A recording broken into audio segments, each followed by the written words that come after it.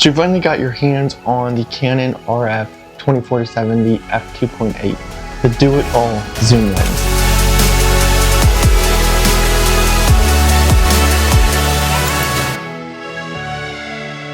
It's sharp, it's versatile, and if you use it right, your footage and photos will look great. But if you're making these 3 mistakes, you're not getting the best out of this lens. These are the mistakes that anybody can make, and trust me, you'll want to avoid them. So let's break it down.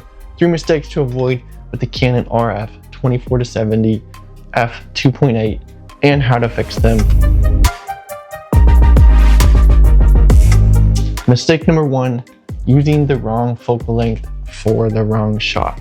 Just because this lens can go from 24-70 doesn't mean you should shoot any focal length for any shot. Each focal length has a purpose, and if you don't use it right, your footage will look weird.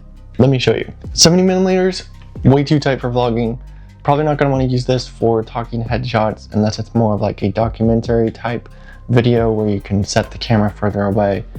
No thanks for 70mm at vlogging. But if you do want some good compression that avoids facial distortion, provides a natural cinematic look, which is perfect for headshots or portraits, or you want your subject to stand out more, or you want to get some good B-roll for your videos or product shots, you'll want to use 70mm or even 50mm. Now let's switch to 24. Much better for vlogging using your A-roll footage.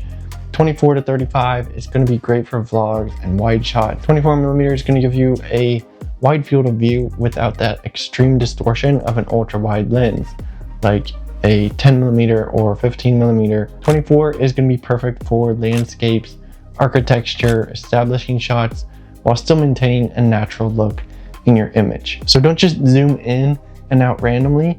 Know which focal length fits your shot. Wide establishing shot, use 24.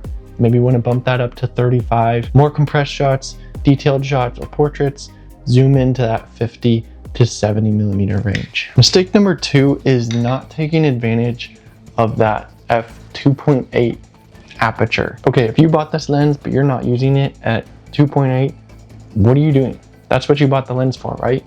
You spent more to get that wider aperture. A lot of creators will buy a lens for the aperture size and then only use the lowest setting that it will go to get that bokeh blur in all their content. I get it, that's what you bought the lens for. It's like buying a sports car and never taking it past 30-40 miles an hour. With that 2.8 aperture, this lens is built for low light shots and buttery background blur. Check this out. Instant cinematic magic. Crispy, delicious goodness. f2.8 for portraits, bokeh blur. f2.8 for low light, no noisy ISO. 2.8 for B-roll, chef's kiss B-roll action. But don't just leave it at f2.8 to get that creamy depth of field goodness. Sometimes you may want to bump it up a little bit more, bump your aperture up to get more of the subject or object in focus. Using a higher aperture gives you a different look. At f8, you can get better results for scenery shots.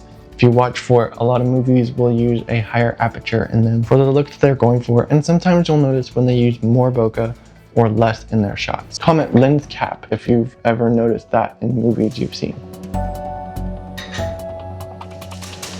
All right, last mistake some might make with this lens is stabilization.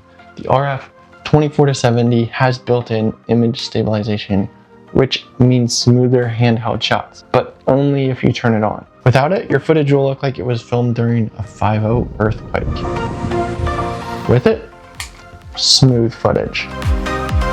And if you're pairing it with a camera that has IBIS, like the R5 or the R6 or the R6 Mark II, R8, your handheld shots will look a lot better.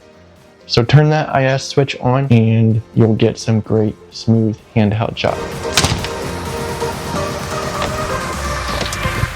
Alright guys, well I hope you found this video helpful in using your 24-70mm lens. That's what I'm shooting on right now.